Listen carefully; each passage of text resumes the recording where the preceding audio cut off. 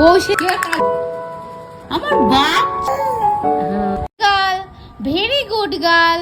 পড়ো, শুয়ে পড়ো একটু।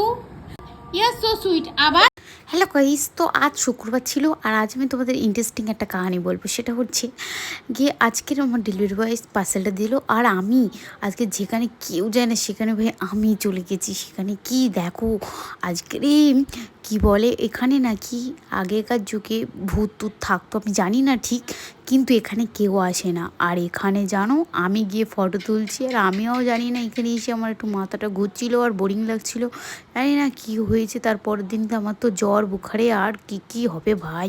তারপর আর কি, আমি কোনো কিছু ভয় পাই না, সেই জন্যই তো গেছিলাম তোমাদের শুধু দেখানোর জন্য, আর কিছুই না। তারপর বাড়ি আসলাম, বাড়ি এসে দেখলাম গাছটায় ফুল হয়েছে, যেন অনেক কষ্ট করার পরে এই গাছটায় ফুল হয়েছে। এটা তো মরেই যাচ্ছিলো, আমি তারপর জল দেওয়ার পরে তারপর ফুল হলো। তারপর কি পার্সেলটা খুলে তোমাদেরকে দেখাচ্ছি। এছাড়াও আমি আরেকটা কালার অর্ডার করেছি, সেটা হলো, সেটা যদি দেখতে চাও আমার ফেসবুকে যাবে। আর